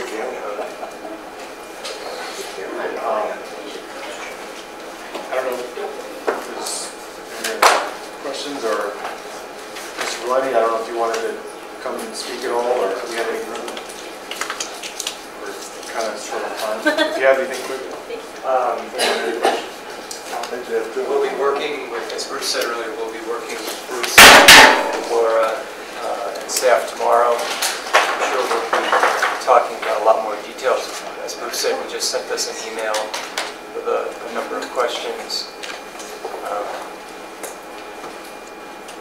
On a couple of things, a couple of comments that you made, Ron, I wanted to just say a few things. Number one, we came back with this phasing concept. I know I'm not supposed to use the word, it's become another bad word, but we came back with the phasing concept so that we would give people confidence that this project was going forward. And we were, while we needed to have a TIF program, we weren't in need of selling bonds up front on it. And then in answer to Bruce's question, with respect to, do we see the phase 1 being rolled up with the rest of the project for bonding purposes? At the moment we do, but it's going to be market dependent. When we had gone through this with the city in 2013 and 14, and then even before that, the issue, the index that we were going against was reasonable rates of return. I think we've provided a reasonable rate of return. I understand your comment with respect to, call it, old expenses. However, we went into this development with numerous iterations in absolute good faith with the hope that they were all going to go forward. We spent the money. These aren't made-up expenses. If we don't get them all back, we're at a loss, and so that's, you may be uncomfortable with the fact that these may be old expenses. However, they were expenses incurred, and I wish we didn't incur some of them as well, but we did. Bruce had made the comment to us the last time we were here about different city revenues having a different value to the city, and I think that's something that we should all roll our sleeves up on tomorrow and talk about that in more detail. And lastly, I want to say, Ron, that I don't really trust SOBs either. Fun. It was a New York joke, sorry. And Pat, we lost Eric Parsegan today. Yeah. Yeah. We had very good meetings with the one larger user over the past couple of weeks. We gave them our proposal for a letter of intent. We hope that we'll have a letter of intent either, it's probably going to be next week. They were talking about the end of this week, but it's probably going to be next week.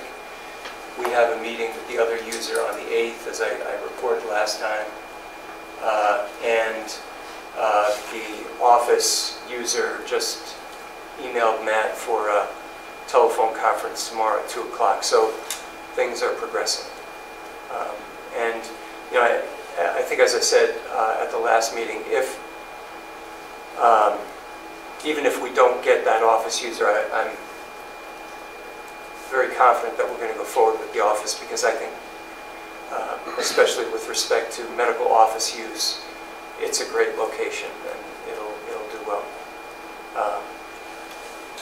We got the site mowed. Appreciate that, thank you. And we will continue to mow it.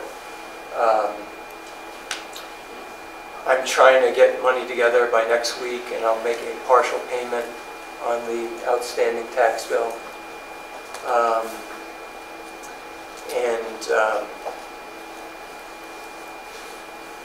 We're still shooting for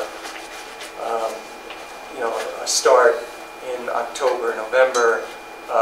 We submitted plans for building permit review about 10 days ago, so that process is moving forward.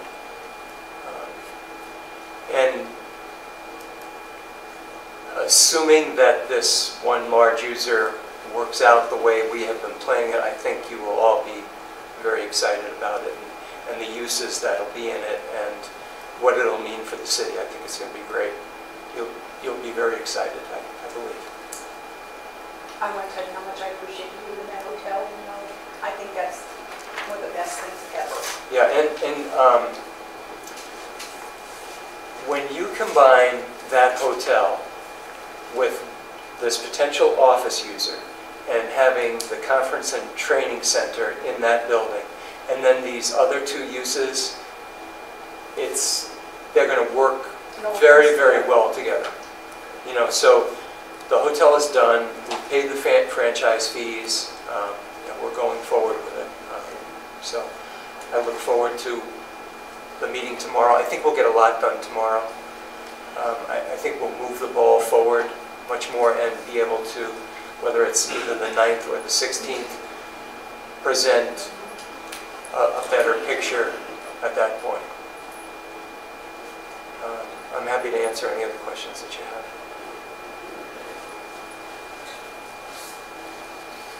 You're not going to hold that joke against me, right?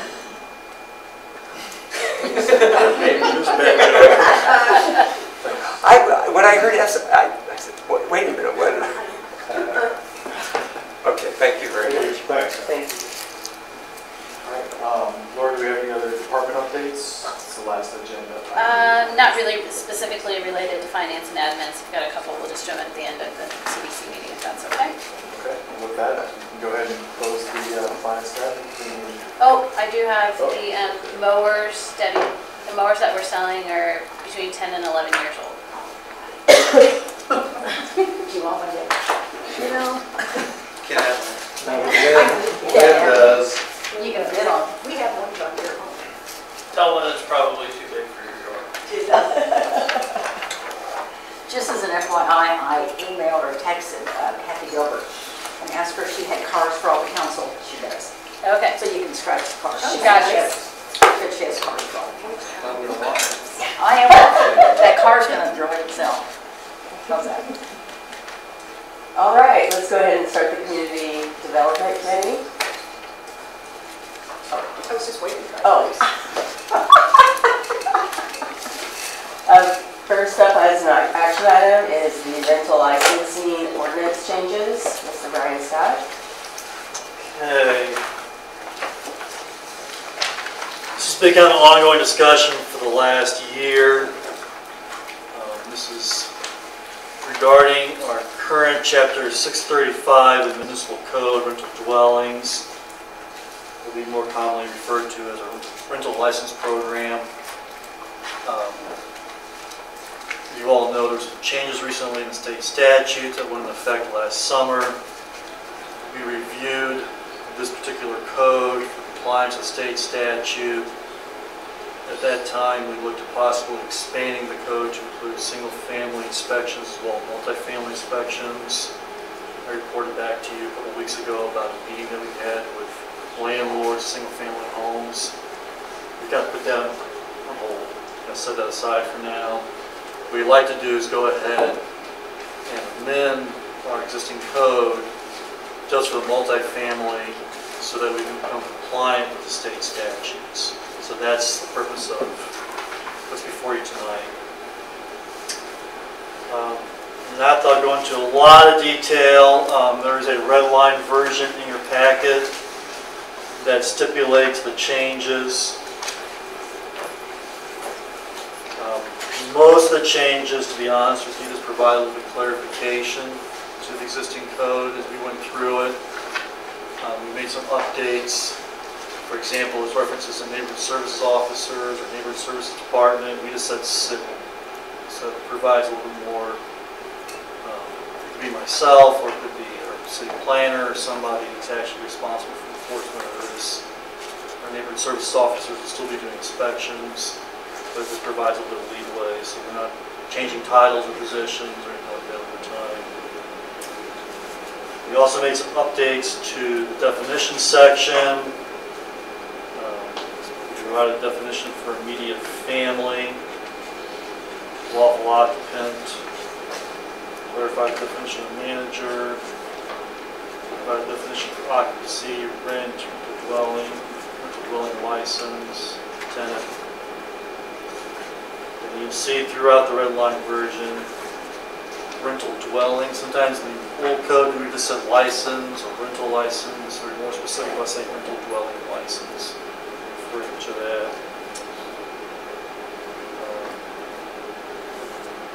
Section 635-060, application for rental dwelling license.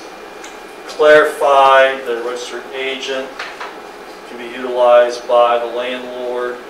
The registered agent has to be somebody in Johnson County. We asked for an agent's name, address, telephone number. A post office box is not acceptable, so we want an actual physical address. Things like that we just kind of went through and clarified in this. The real meat of it is section 635-090, periodic inspections of apartment buildings. So what we've said here is that we will continue to endeavor to do an annual inspection of multifamily homes, multifamily buildings. We'll be inspecting 5% of the units in each building. But with this inspection process, we're requiring the consent of the occupant. So we have to have a written consent of the occupant. We actually started doing this this year, adoption of the new state statute. It hasn't been an issue yet. So anytime we're doing an inspection, we got a form, we're asking the occupant to sign the form before we actually do the inspection. And the occupant can decline the inspection. At that point, you'd ask for another unit that's available to be inspected. Again, go through that same process. And again, the occupant can decline if so choose. Which kind of takes me to the other sort of meat of all of this change. And that would be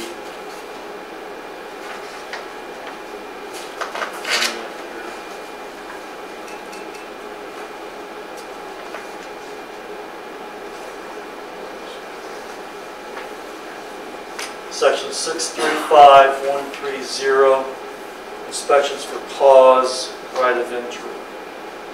So this does provide some parameters by which the city can do inspection. The key point to all of this is that you need to have an administrative search warrant to actually do the inspection. And that's compliant with the new state statute. So that's really major significant changes to this. As I say, it's only for multifamily units. All right. Any questions you may have? Yeah, did we ever come up with a time we were going to have landlords sit down together and meet with the city? I was going to frankly wait till we got past vacation season, so probably sometime in the next few weeks I'll send out letters to that group that I initially sent out letters to. Provide me a time and date that works best for you if you'd like to participate in this process. And from there I'll narrow down some dates. Kind of nail this down. I'll probably be sometime in September. But I just kind of want to get through the vacation stage this season. Anything else? Thanks, Brian. Thank you.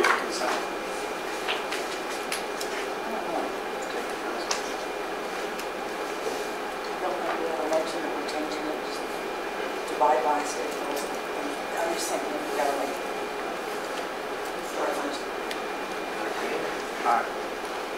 There's no change to this. just make sure we're on the same page. They all understand. That sounds good. Thank you. All right, John, will talk to us about Sylvester Howell Community Center parking lot maintenance. Absolutely.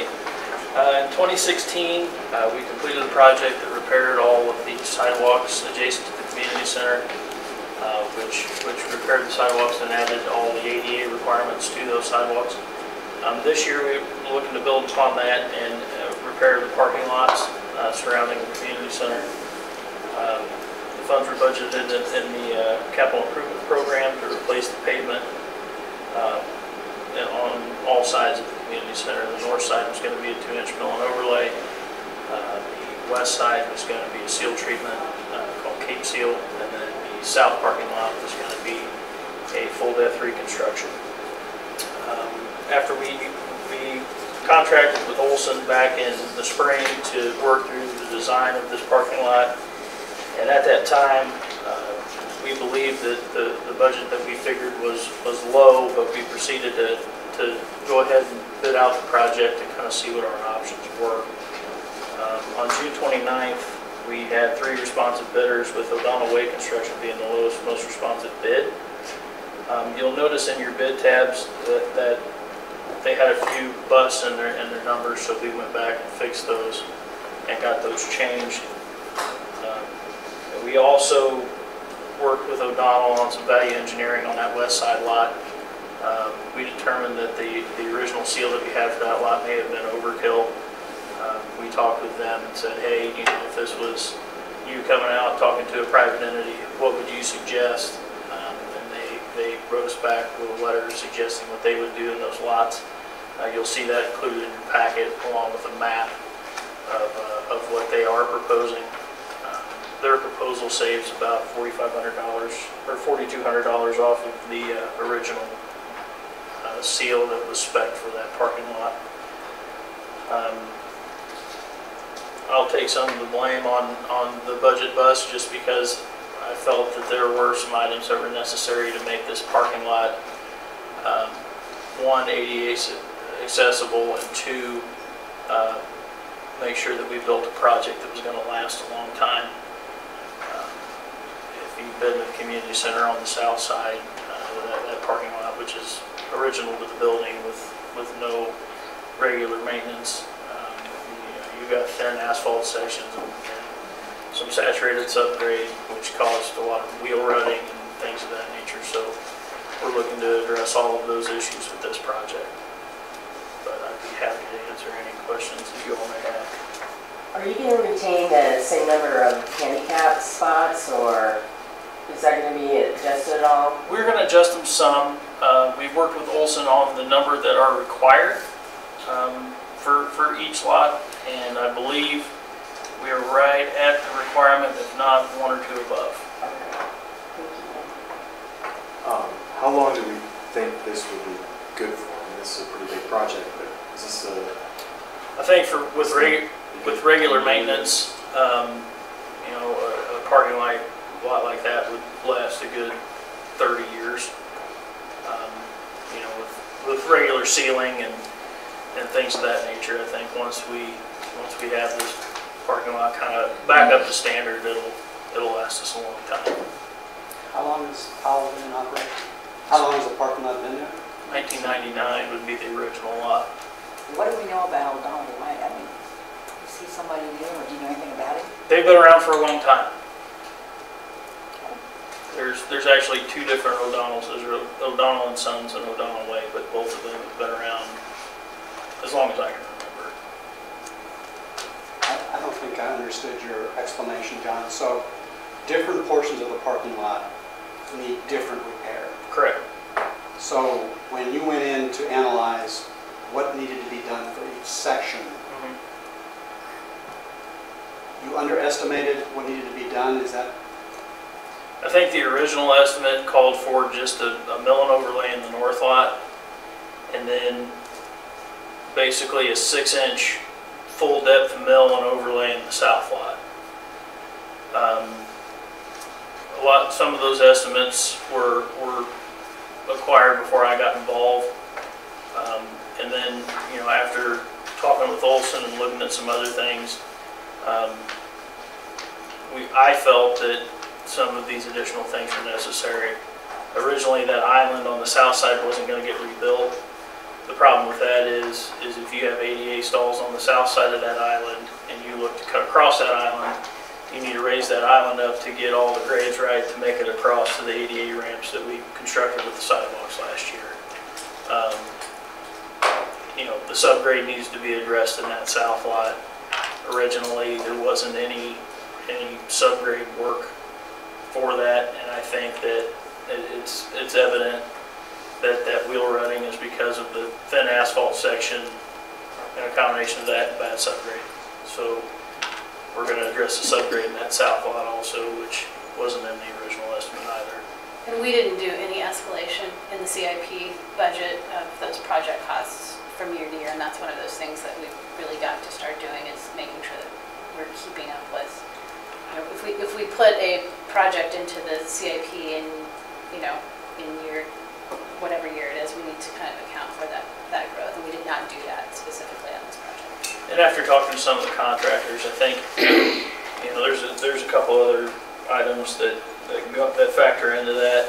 One is being kind of in a confined space like it is, and having the stipulation of keeping that building basically in operation. I think that adds to your cost a little bit. Also, Olson only had a $5,000 force account item in that budget.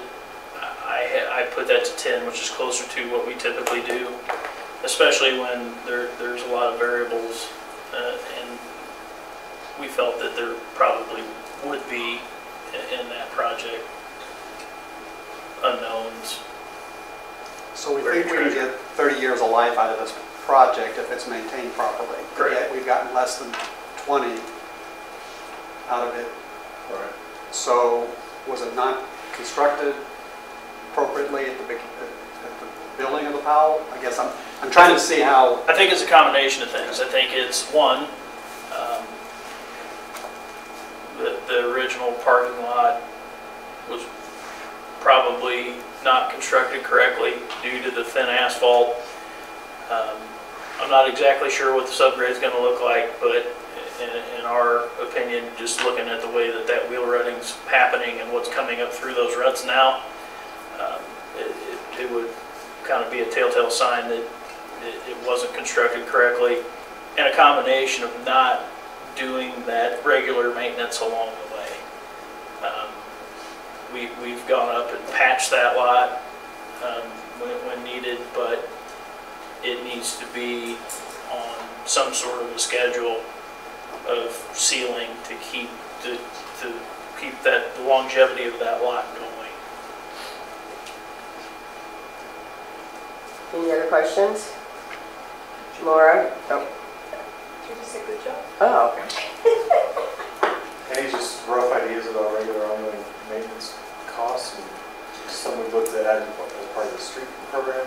I think one of the biggest things that we probably need to do is actually follow Mission Square's lead. They seal their lot every few years. I think that'll add a lot of longevity to that, and I think it's important to have that south lot built correctly to maintain, over the years, because you look at parking lots and you wouldn't really think it, but parking lots take quite a bit of abuse. I mean, a lot of slow moving, slow turning movements and things of that nature. It'll take a number on the parking lot. Power steering's a parking lot's worst enemy.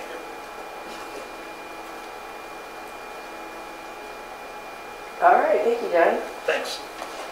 Laura, do you have any department updates? Is there a recommendation on that? Oh, sorry. Time out. Take it to council, There is but I think it needs to not be on consent. I agree. 9%.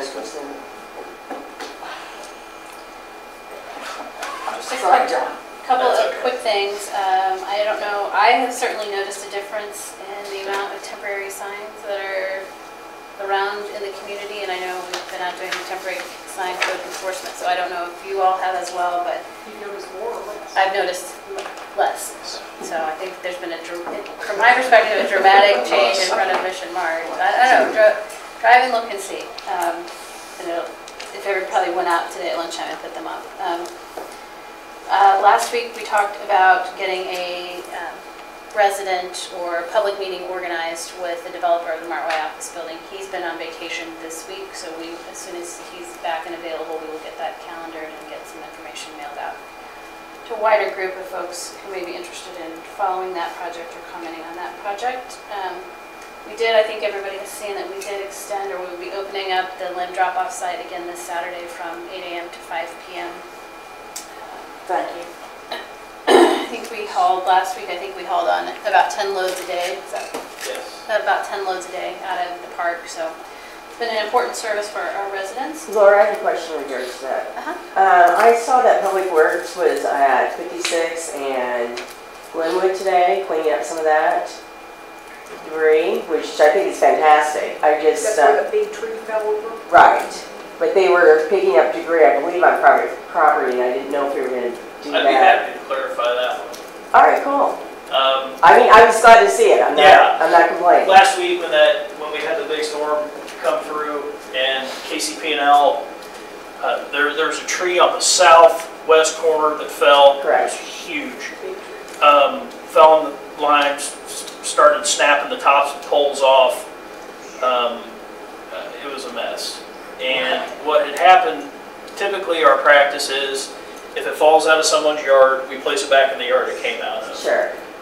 Over there was no room to be able to do that. So in order for Power Light to get in, they took everything and pushed it to basically all four corners.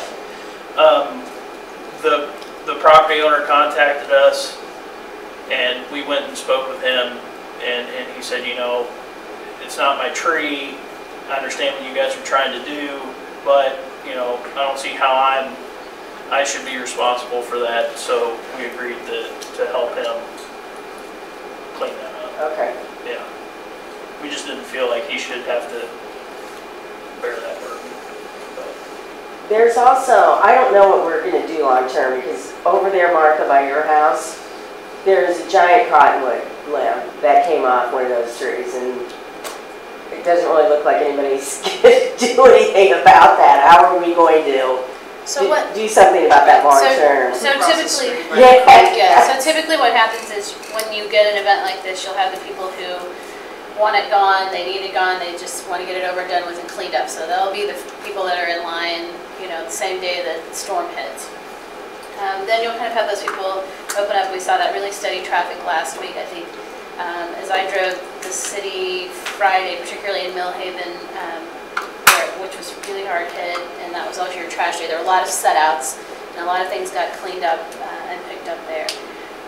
We did feel like it was important to offer, you know, one more weekend today to give people that chance. So I think in a lot of cases, some of the big things, you have people that are just going to have to hire someone to get it taken care of. Which is very expensive. But the VLO and James Neighborhood Services will start to work through those properties, or as you identify properties, let us know, and we'll have to take sort of that next level approach of, you know, you're required to get that. Yes, you need to take care of it. There's a big road on 61st Street Terrace in Countryside between, just east of Lamar. On the north side of the street, they've got one whole section of it now. But we haven't stopped driving. We do not. Sorry. So we'll share once we get the kind of costs. John's been tracking, they've been tracking their disposal costs, and we'll be able, when we kind of get through this, to give you a clearer picture of what it costs us to manage. It's great, and we really do appreciate it. But I think thanks goes to Lynn Green. Oh, yeah, absolutely. I was about to say that. He really has. He's got a lot of calls. And we've got, you know, large trucks. So anybody, especially when they either can't afford it or can't, you know, aren't capable of doing it, he'll still come help anybody who needs help and haul it. So, well, and somebody offered him $100. He said, I'm not taking money. I just want to help people get cleaned up. I thought it was great, Debbie, and I think we owe Bill Warren a big vote of thanks because he's retired and didn't have to come out, and he just kind of monitored Millhaven for a couple, 3 days, and I thought that was really great. He found down wires that other people hadn't looked at, so it was wonderful. I think we all know people in public works that was. You guys are getting slammed over there, so want to acknowledge that. Job security. I have a note on my calendar that the tip window expires or ends today for Gateway and UPC. Is that correct? No, it should have expired. Veto period for the school district. I don't know what the window is that you're. That's all I have on my calendar. Okay. The window ends, Gateway and UPC. So I should. You can ignore that one, yes. Any other updates, Laura? I'm sorry. The only other one is just next week we do have kind of full-scale committee meetings. We wanted to split them knowing that we had the budget public hearing first and then conversation about the gateway. We have the recommendation of the dog park task force and an adopt a park program. So CDC will be a little heavier next week, and then kind of finalizing these items and then the continued discussion on the development projects. But we'll put CDC back again first at 6:30 next week. All right. Can I have? Yeah, sure. Would you like me to go to your business first? Oh, that is Tuesdays. Holy cow, it's August. And I'm having lots of calls from businesses wanting to know if we want to come to their business. So That's great. if you guys want to make it twice a month, let me know. Otherwise, we can keep it once a month, but you let me know what you do. Once a month is Okay. Anyway, you want to tell them where you are? Yeah, we're at 5700 Broadmoor in the Mission Tower building. We're starting out on the 9th floor when you guys come in. 9:30. I'll send out an email. And we're going to Cumulus at 10:45 to see Mr. Nasty. I'll give you guys Oh, to see John Nasty? I'll give you guys a grand tour of the floor and the floor. Yeah. Are we eating since you're Not just, nobody offered us lunch. What? Have you guys been to Ad Astor? You need to go by Ad Astor. Oh, there's a ribbon. Yeah, they're having a I know, yeah. We're heading tomorrow. It's a really neat little shop. I went Sounds there. good. It's neat. All right, well, that concludes the Community Development Committee. You didn't answer.